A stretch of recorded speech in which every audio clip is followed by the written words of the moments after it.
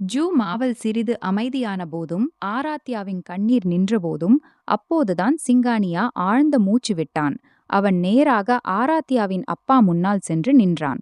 Mister Mishra, என்ன நடந்ததோ நடந்துவிட்டது. ஆனால் இப்போது நான் உங்கள் மகள் ஆராத்யாவின் கையை கேட்கிறேன். இந்த மண்டபத்திலேயே இந்த நேரத்திலேயே உங்கள் மகளை மணக்க விரும்புகிறேன் என்று கபீர் எந்த தயக்கமும் இல்லாமல் சொன்னான். கபீரின் இந்த வார்த்தைகளைக் கேட்டதும் ஆராத்யாவின் உணர்வுகள் பறந்து போயின. அவள் தன் ஆச்சரியத்தோடும் விரிந்த கண்களோடும் கபீரை நோக்கினாள். அவள் மனதில் உடனே மும்பையில் அந்த காலை நேரம் ஓடி வந்தது. அப்போது இந்த மனிதனே கடுமையான குரலில், எல்லாம் மறந்துவிடு, நான் உன்னை அறிவேன், இல்லை நீ என்னை அறியாதே என்று சொல்லியிருந்தான். ஆராத்யாவின் இதயத்தில் திடீரென ஒரு ஆழ்ந்த வலி பிறந்தது. அவள் யோசிக்கலானாள். கபீர் இன்று அவளை காதலால் மணக்கவில்லை. அவன் தன் வயிற்றில் வளரும் தன் குழந்தைக்காகவே இந்த திருமணத்தை செய்கிறான். அந்த குழந்தையின் உரிமையை வேறு யாருக்கும் கொடுக்க விரும்பவில்லை. அதனால்தான் அவளை தன் மனைவியாக்குகிறான். கபீர் வந்ததால் அவள் இதயத்தில் எழுந்த சிறிய நம்பிக்கை அலையும் மகிழ்ச்சியும் அதே நொடியில் ஆழ்ந்த ஏமாற்றமும் சோகமும் ஆகிவிட்டன. ஆனால் ஆராத்யாவுக்கு வேறு வழியும் இல்லை. தந்தையின் மரியாதையை காப்பாற்றவும் தன் வயிற்றில் வளரும் அப்பாவி குழந்தைக்கு ஒரு பெயர் கொடுக்கவும் அவள் கனமான மனதோடு திருமணத்திற்கு ஆம் என்று சொல்லிவிட்டாள். அதே திருமண வேதத்தின் மீது அதே அலங்கரிக்கப்பட்ட மண்டபத்தில் அங்கு அபீர் உட்கார இருந்த இடத்தில் கபீர் சிங்கானியா உட்கார்ந்தான். பண்டிதர் மந்திரங்கள் ஓதினார். கபீர் ஆராத்யாவின் உச்சியில் சிந்துரம் நிரப்பி அவளை என்றென்றும் தன் மனைவியாக்கினான். திருமண சடங்குகள் முடிந்ததும் கபீர் ஆராத்யாவை தன் கையால் தன் காரில் அமர வைத்து காரை ஸ்டார்ட் செய்தான். பார்த்து கொண்டே இருக்க கபீரின் முழு காஃபிலா மும்பை நோக்கி புறப்பட்டது. சில மணி நேர பயணத்திற்கு பிறகு கபீரின் ஆடம்பரமான மின்னும் கார் மும்பையின் பிரபலமான பகுதியில் உள்ள மிக பெரியவும் கம்பீரமானவும் மாளிகை முன் நின்றது. கேட்டில் பெரிய எழுத்துக்களில் சிங்கானியா மேன்ஷன் என்று எழுதப்பட்டிருந்தது. ஆடம்பரமான விளக்குகளால் ஜொலிக்கும் அந்த மேன்ஷன் ஒரு அரண்மனை போல் தோன்றியது. கார் கதவு திறந்தது. கபீர் வெளியே இறங்கினான். அவன் முன் சென்று காரில் அமர்ந்திருந்த ஆராத்யாவுக்கு தன் கையை நீட்டினான். ஆராத்யா கபீரின் கைப்பிடித்து வீட்டின் வாசலில் தன் முதல் அடியை வைத்தாள். ஆனால் அவள் இதயத்தில் இன்னும் இந்த கேள்வி உயிரோடிருந்தது. இந்த ஆடம்பர அரண்மனையில் அவளுக்கு ஒரு மனைவியின் அன்பு கிடைக்குமா, அல்லது வெறும் தன் குழந்தையின் தாயின் அந்தஸ்து மட்டுமா? காரிலிருந்து இறங்கி கபீரும் ஆராத்யாவும் சிங்கானியா மேன்ஷனின் முதன்மை வாசலை நோக்கிச் சென்றபோது அங்குள்ள காட்சியை பார்த்து ஆராத்யாவின் அடிகள் சிறிது தடுமாறின. ஆடம்பரமான மகோகனி செதுக்கப்பட்ட கதவில் ஒரு அழகான இளம் பெண்ணும் ஒரு கண்ணியமான வயதான பெண்ணும் ஆரத்தி தட்டோடு நின்றிருந்தனர். அவர்கள் வேறு யாருமல்ல, கபீரின் தாய் காயத்ரி தேவி மற்றும் அவன் தங்கை அனாயா. உண்மையில் சிறிது நேரத்திற்கு முன் கபீரின் PA ஃபோன் செய்து அவர்களுக்கு தெரிவித்திருந்தார். கபீர் டெல்லியில் திருமணம் செய்து கொண்டு தன் மணப்பெண்ணை அழைத்து கொண்டு மேன்ஷன் வருகிறான் என்று. இந்த செய்தியை கேட்டதும் இருவரின் உணர்வுகளும் பறந்து போயின.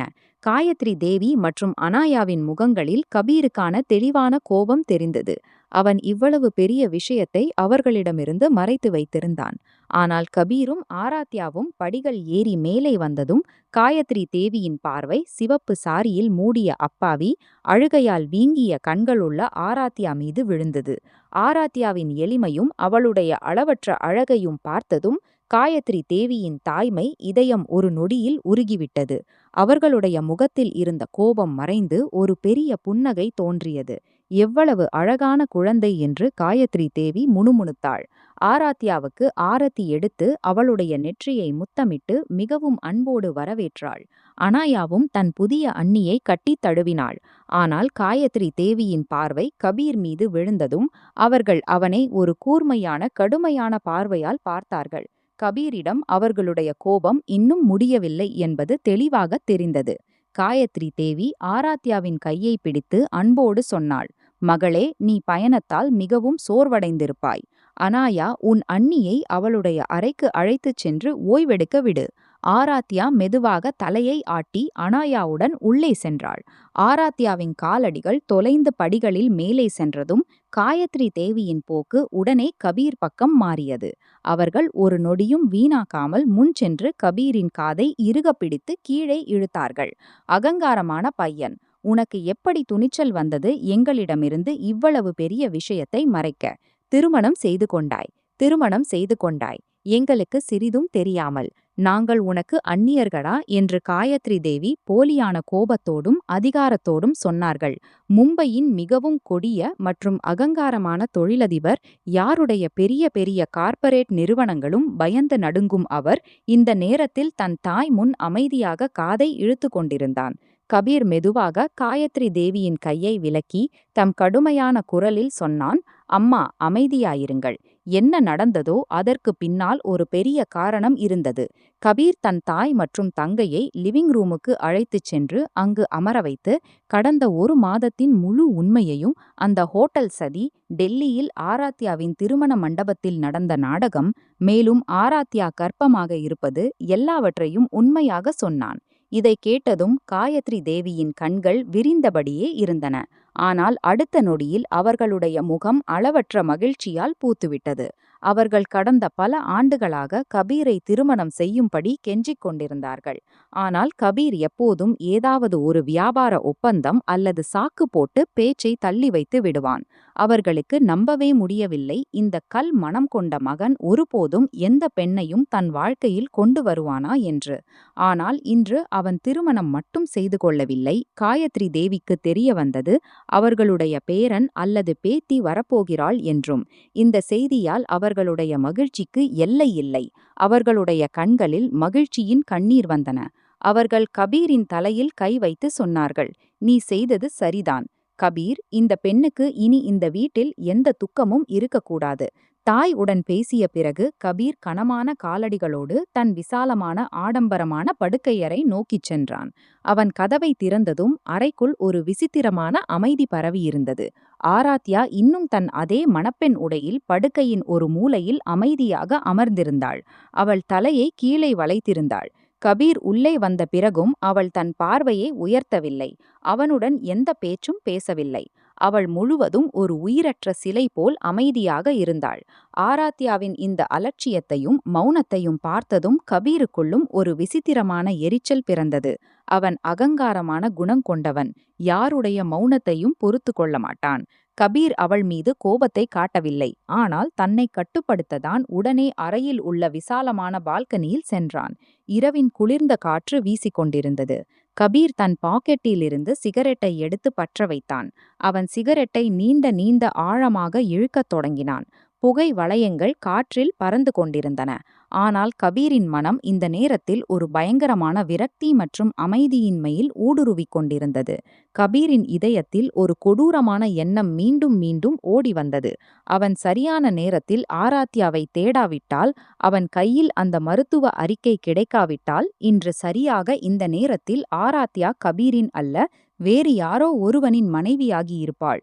கபீரின் மனதில் ஆராத்யாவை வேறு எந்த ஆணுடன் பார்ப்பது, நினைப்பது அல்லது கற்பனை செய்வது என்ற எண்ணம் வந்ததும் அவன் இரத்தம் கொதித்தது. அவனுக்குள் ஒரு விசித்திரமான எரிச்சல், ஒரு தவிப்பு மற்றும் ஆழ்ந்த அமைதியின்மை தொடங்கியது. அவன் ஆராத்யாவை யாருடைய அணைப்பிலும் நினைக்கவே முடியவில்லை. எரியும் சிகரெட்டின் ஒளியில் கபீர் திடீரென நின்றான். அந்த ஆழ்ந்த எரிச்சல் மற்றும் விரக்தியின் நடுவே கபீருக்கு ஒரு பெரிய அதிர்ச்சி ஏற்பட்டது. அவன் தன்னிடமே கேள்வி கேட்டான். அந்த கபீர் சிங்கானியா யாருக்காகவும் ஒருபோதும் துடிக்காத அவன், இன்று ஒரு பெண்ணின் கடந்த காலம் மற்றும் எதிர்காலத்தை பற்றி இவ்வளவு உதவியற்றவனாகவும் பைத்தியமாகவும் ஏன் ஆகிறான்? இது வெறும் குழந்தையின் பொறுப்பா? இல்லை. பொறுப்புக்காக மனிதன் உள்ளுக்குள்ளே இவ்வளவு உடைந்து போக மாட்டான். இவ்வளவு தவிப்பும் எரிச்சலும் உன் ஆன்மாவுடன் தொடர்புடையதாக இருக்கும்போதுதான் வரும். அப்போதுதான் கபீரின் இதயம் சாட்சி சொன்னது. அவனுக்கு தன் உண்மையான உணர்வு உணர்ந்தது. அவன் அறிந்தான், அவன் ஆராத்யாவுடன் வெறும் அந்த ஒரு இரவின் உறவு அல்லது குழந்தையின் காரணத்தால் இணைக்கப்படவில்லை. மாறாக அவன் ஆராத்யாவை அளவில்லாமல் காதலிக்கத் தொடங்கியிருக்கிறான். இது வெறும் ஒரு வார அல்லது மாதத்தின் ஈர்ப்பு அல்ல. ஆராத்யாவின் அந்த அப்பாவித்தனம் கபீர் சிங்கானியாவின் அகங்காரத்தை முழுவதும் உடைத்து அவன் இதயத்தை ஆக்கிரமித்திருந்தது. இந்த உணர்வு வந்ததும் கபீரின் முகத்தில் அந்த இருண்ட இரவிலும் ஒரு மிக அழகான உண்மையான புன்னகை தோன்றியது. அவனுடைய எல்லா விரக்தியும் எல்லா கோபமும் ஒரு நொடியில் மறைந்துவிட்டன. அவனுக்கு இந்த விஷயத்தில் மிகுந்த மகிழ்ச்சி. ஆராத்யா இப்போது வேறு யாருடையதும் அல்ல, வெறும் மற்றும் வெறும் அவனுடைய மனைவி மட்டும். கபீர் சிகரெட்டை பால்கனியின் ரெயிலிங்கில் அணைத்தான். அவன் தன் கோட்டை சரிசெய்து, ஒரு புதிய நம்பிக்கை, ஒரு புதிய காதல் மற்றும் தன் இதயத்தில் மறைந்திருந்த இந்த ஆழ்ந்த ஒப்புதலுடன் மீண்டும் தன் அறைக்குள் அடியெடுத்து வைத்தான். அங்கு ஆராத்யா அவனை எதிர்பார்த்து காத்திருந்தாள். பால்கனியில் தன் உணர்வுகளை உணர்ந்த பிறகு கபீர் அறைக்குள் திரும்பி வந்தவுடன் அவன் பார்வை ஆராத்யாவின் மீது விழுந்தது. ஆராத்யா மென்மையான படுக்கையின் அருகே நின்று தன் சூட்கேஸிலிருந்து சில ஆடைகளை வெளியே எடுத்து கொண்டிருந்தாள். கபீர் அங்கேயே கதவு அருகே நின்று அமைதியாக அவளை பார்த்து கொண்டிருந்தான். ஆடைகளை எடுத்து கொண்டிருக்கும்போது திடீரென ஆராத்யாவின் கையில் ஒரு ஆடை வந்தது. அதை பார்த்ததும் அவள் கைகள் நிலைகுலைந்தன. அது கபீரின் அதே ஷர்ட். கடந்த 1 மாதமாக ஆராத்யாவின் உள்ளே ஓடிக்கொண்டிருந்த கண்ணீரும் உதவியற்ற தன்மையும் கொண்ட புயல். அந்த ஷர்ட்டை பார்த்ததும் அவளுக்கு கொஞ்சம் நிம்மதி கிடைத்தது போல. யோசிக்காமலேயே அந்த ஷர்ட்டை 2 கைகளாலும் எடுத்து கண்களை மூடி தன் மார்பில் அணைத்து கொண்டாள். கபீர் தொலைவில் நின்று இதையெல்லாம் பார்த்து கொண்டிருந்தான். ஆராத்யா ஒரு ஆணின் ஷர்ட்டை இவ்வளவு உணர்ச்சியுடன் தன் மார்பில் அணைத்து வைத்திருப்பதை பார்த்ததும் கபீருக்குள் உள்ள பொறாமையும் அகங்காரமும் மீண்டும் கொழுந்துவிட்டு எரிந்தன. அவன் கோபத்தால் எரிந்து சாம்பலாகிவிட்டான். ஆராத்யா தன் முன்னால் வேறொரு ஆணின் பொருளை இப்படி தன் இதயத்தில் அணைத்து நிற்பதை கபீரால் தாங்க முடியவில்லை. அவன் மனதில் மீண்டும் கபீரின் நினைவு வந்தது. கபீர் கனமானதும் வேகமானதுமான அடிகளுடன் ஆராத்யாவை நோக்கி முன்னேறினான். அவன் அடியோசையை கேட்டதும் ஆராத்யா திடுக்கிட்டு பதட்டத்துடன் அந்த ஷர்ட்டை உடனடியாக தன் முதுகுக்கு பின்னால் மறைத்து கொண்டாள். கபீர் அவளுக்கு மிக அருகில் வந்து நின்றான். எந்த பேச்சும் பேசாமல் ஆராத்யாவின் மேல் சற்று குனிந்து தன் வலுவான கையை பின்னால் நீட்டி ஒரு திடீர் இழுப்புடன் அவள் கையிலிருந்து அந்த ஷர்ட்டை பறித்து கொண்டான். கபீர் கோபத்தில் அந்த ஷர்ட்டை தன் முன்னால் கொண்டு வந்தான். அவன் ஆராத்யாவிடம் கத்தப்போகிறான். அப்போது அவன் பார்வை அந்த ஷர்ட்டின் காலரில் எழுதப்பட்டிருந்த பிரீமியம் பிராண்ட் மீது விழுந்தது. அவன் ஷர்ட்டின் துணியையும் வடிவமைப்பையும் கூர்ந்து பார்த்தான். ஒரு கணத்தில் அவன் கோபத்தின் பலூன் வெடித்துவிட்டது. அவன் மனம் அமைதியாகிவிட்டது. இந்த ஷர்ட் வேறொருவருடையது அல்ல, கபீர் சிங்கானியாவின் சொந்த ஷர்ட். அவன் ஷர்ட்டை இன்னும் அருகில் கொண்டு வந்து உணர்ந்தான். கபீரின் கண்களுக்கு முன் 1 மாதத்திற்கு முந்தைய அந்த இரவு மறைந்தது. ஷர்ட்டிலிருந்து இன்றும் கபீரின் கடுமையான வாசனையின் மிதமான நறுமணமும் அலங்கார வாசனையும் வந்து கொண்டிருந்தன. ஆனால் இந்த வாசனை இப்போது தனியாக இல்லை. அதில் ஆராத்யாவின் வாசனையின் மெல்லிய மணமும் கண்ணீரின் ஒரு விசித்திரமான வாசனையும் கலந்திருந்தன. கபீர் ஷர்ட்டை வெளிச்சத்திற்கு திருப்பினான். ஷர்ட்டின் மார்பு பகுதியில் கண்ணீர் விழுந்ததால் சிறிய வட்டமான கரைகள் உருவாகி ஆழமான அடையாளங்களை விட்டுவிட்டிருந்தன. அந்த அடையாளங்களை பார்த்து கபீருக்கு புரிந்தது. கடந்த 1 மாதமாக அவன் மும்பையில் வேதனைப்பட்டு கொண்டிருந்தபோது டெல்லியில் உட்கார்ந்திருந்த இந்த அப்பாவி பெண் இந்த ஷர்ட்டை தன்னுடன் சுற்றி தன் இரவுகளின் ஒவ்வொரு துயரத்தையும் பகிர்ந்து கொண்டிருந்தாள். இந்த ஷர்ட்டின் உதவியால்தான் அவள் உயிர் பிழைத்திருந்தாள். இதை நினைத்ததும் கபீர் உள்ளே முழுவதுமாக அதிரும். அவன் கண்களின் கோபம் மறைந்து அதற்கு பதிலாக எல்லையற்ற ஆச்சரியமும் பயமும் இடம் பிடித்தன. அவன் ஷர்ட்டை கீழே இறக்கி மிகுந்த உணர்ச்சிகரமான கண்களுடன் ஆராத்யாவை பார்த்தபடி மெல்லிய குரலில் கேட்டான். இது என்ன ஆராத்யா? ஆராத்யா பயத்திலும் வெட்கத்திலும் தலை குனிந்தாள். அவள் ஒன்றும் பேசவில்லை. கபீர் அவளுக்கு இன்னும் அருகில் வந்து அவள் முகத்தை பிடித்து மேலே தூக்கினான்.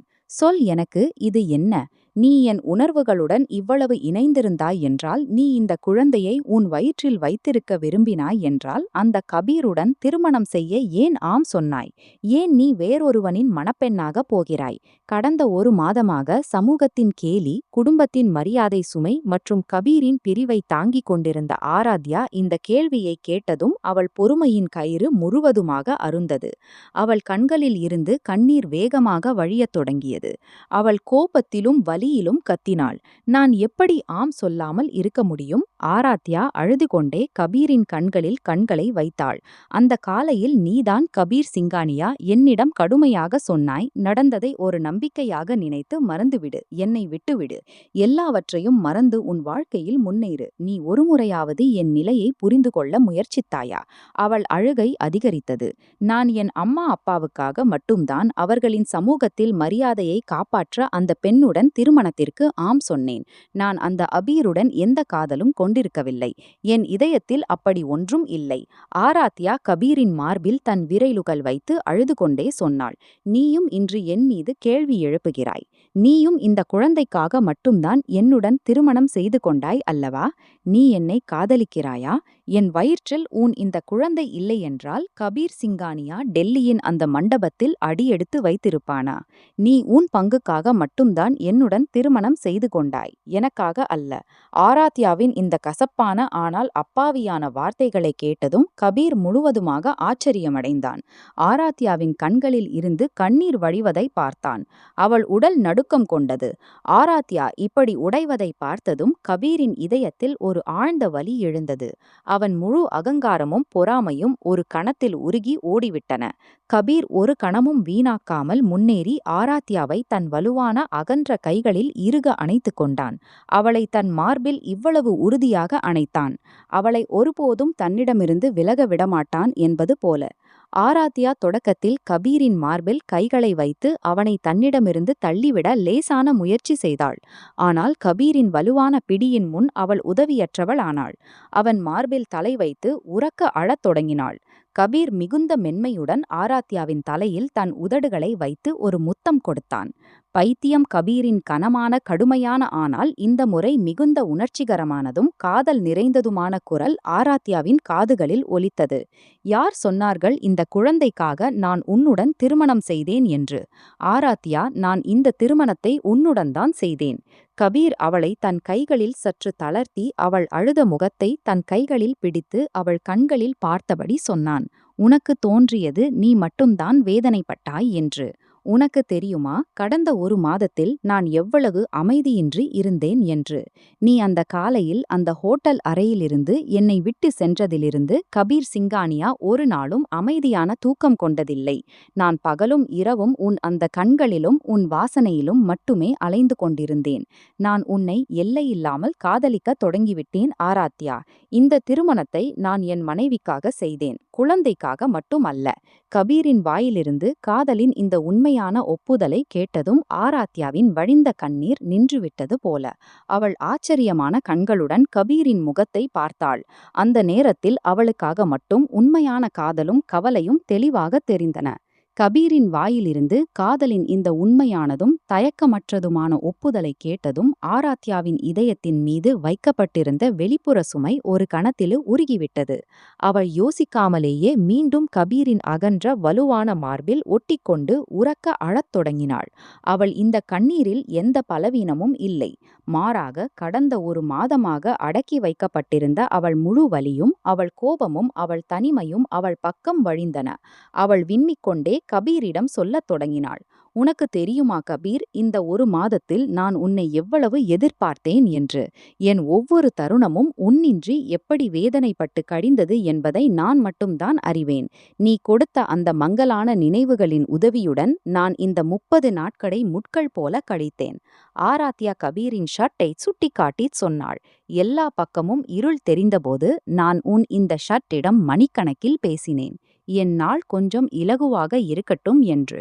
நேற்று மருத்துவமனையில் நான் கர்ப்பமாக இருக்கிறேன் என்று தெரிந்தபோது என் முழு உலகமும் அழிந்துவிட்டது போல தோன்றியது. நான் மிகவும் பயந்தேன் கபீர். ஆராத்யாவின் இந்த எல்லையில்லா வலியை பார்த்ததும் கபீரின் கண்களும் ஈரமாயின. அவன் இதயம் தன் மனைவியின் இந்த வேதனையை பார்த்து உருகிவிட்டது. அவன் ஆராத்யாவை இன்னும் இறுக தன் அணைப்பில் அணைத்து கொண்டான்.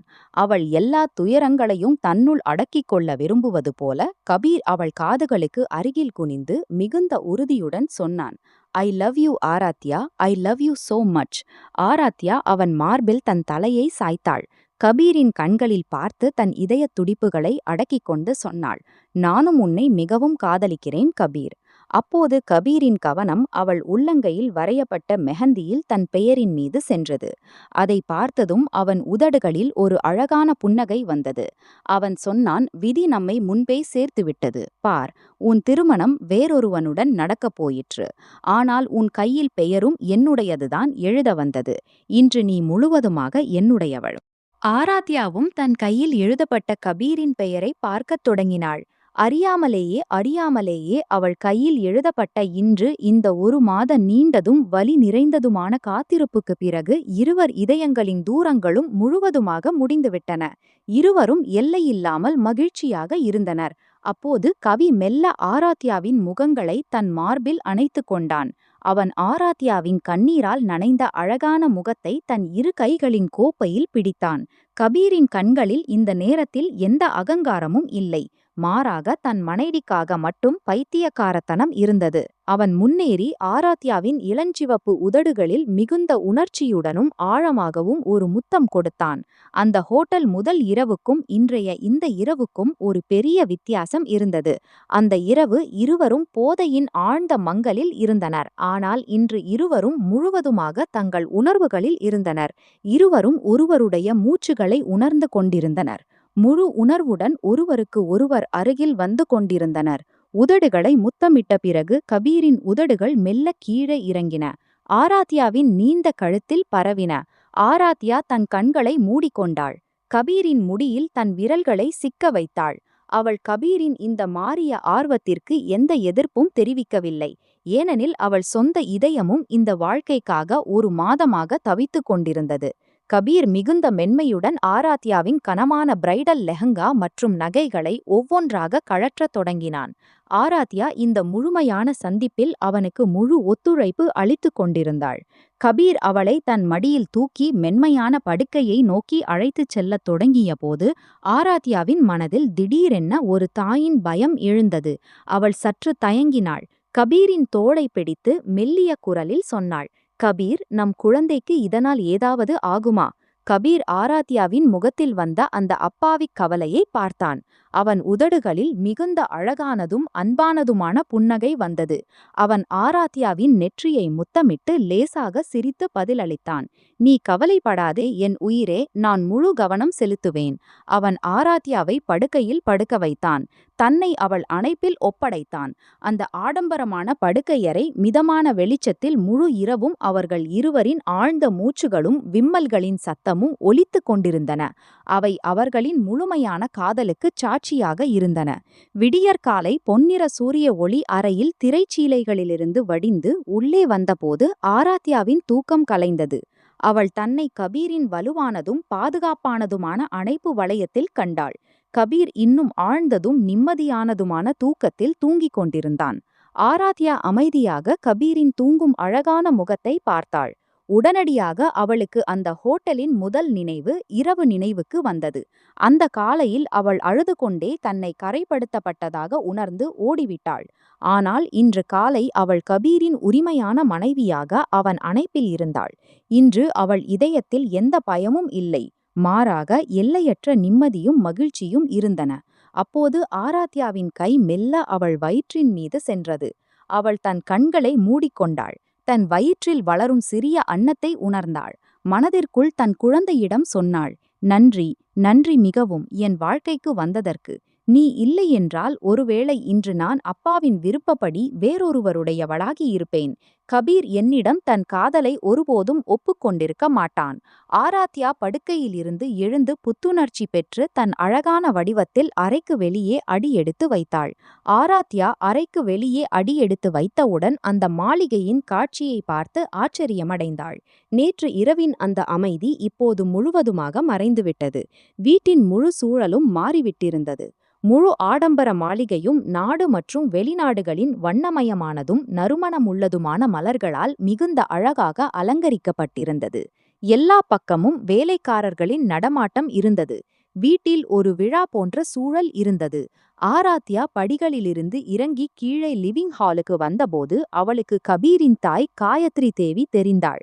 ஆராத்யா பண்புள்ள மருமகளாக உடனடியாக முன்னேறி அவர்கள் பாதங்களைத் தொட கீழே குனியத் தொடங்கினாள். அட இல்லை இல்லை, நில்லு மகளே. காயத்ரி தேவி உடனடியாக ஆராத்யாவின் கைகளை பிடித்து கொண்டாள். அவளை கீழே குனிய விடாமல் தடுத்தாள்.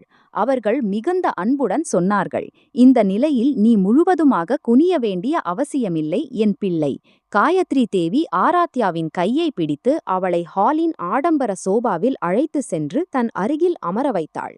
அவர்கள் ஆராத்யாவின் தலையில் கையை வருடி மிகுந்த அன்போடும் பாசத்தோடும் அவள் கண்களில் பார்த்து சொன்னார்கள், நன்றி, நன்றி மிகவும் ஆராத்யா, எனக்கு இவ்வளவு பெரிய நல்ல செய்தியை தந்ததற்கு, என் இந்த வீட்டை மகிழ்ச்சிகளால் நிரப்பியதற்கு.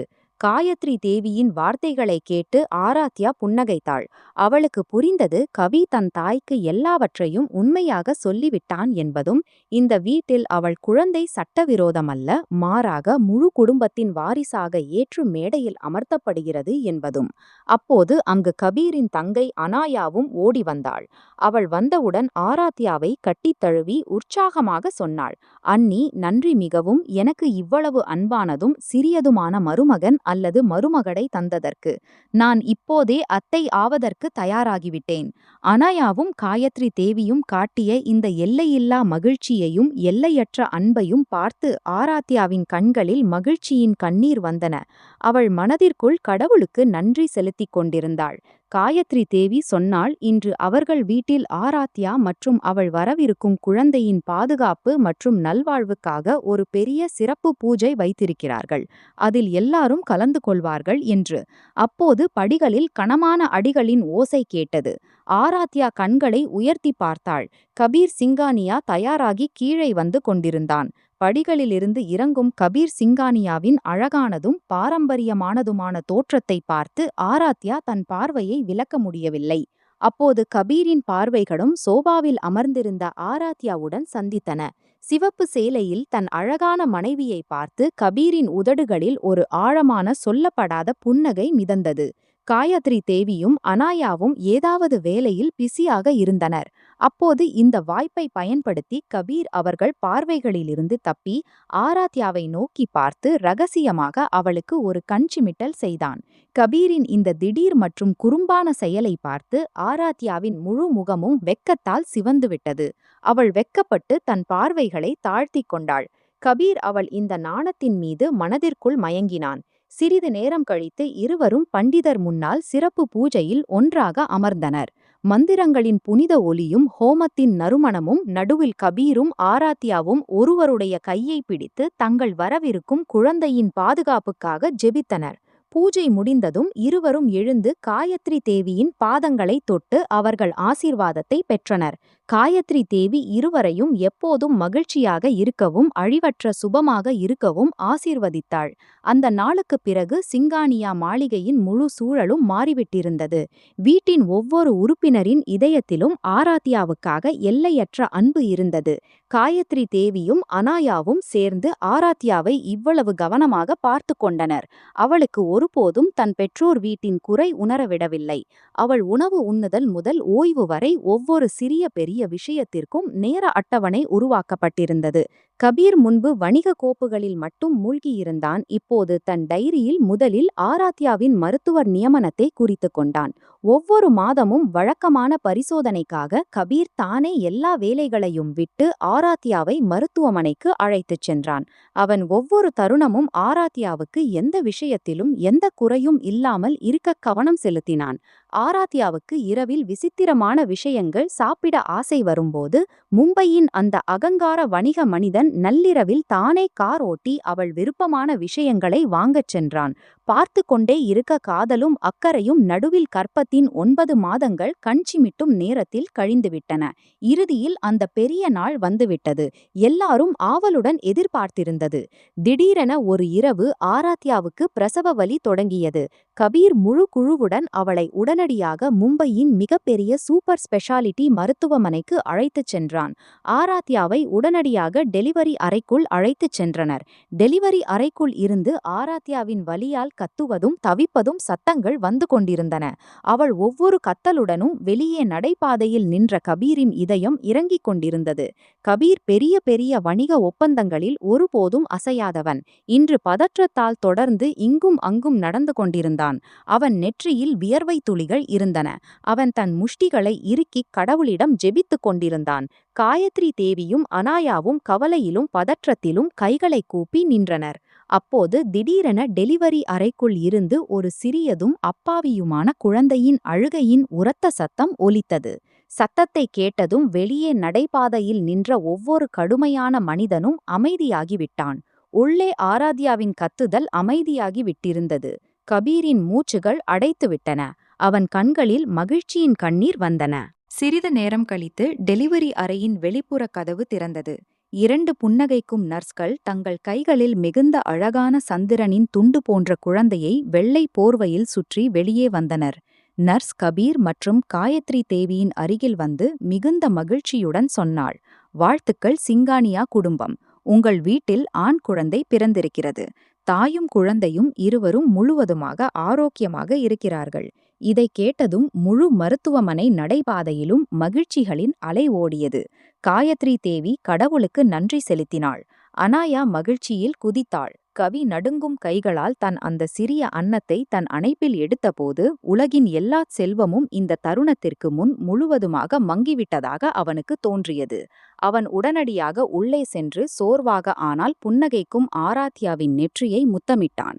சில வாரங்களுக்குப் பிறகு ஆராத்யாவும் சிறிய குழந்தையும் முழுவதுமாக சரியாக வீடு திரும்பினபோது சிங்கானியா மாளிகையில் ஒரு பெரியதும் மிகப்பெரியதும் ஆடம்பரமானதுமான நாமகரண நிகழ்ச்சி வைக்கப்பட்டது. முழு மாளிகையும் அரண்மனை போல அலங்கரிக்கப்பட்டிருந்தது. டெல்லியிலிருந்து ஆராத்யாவின் பெற்றோரும் இந்த விழாவில் கலந்து கொள்ள வந்திருந்தனர். எல்லா விருந்தினர்களுக்கும் குடும்பத்தினருக்கும் இடையே குழந்தையின் பெயர் வைக்கும் சடங்கு நடந்தது.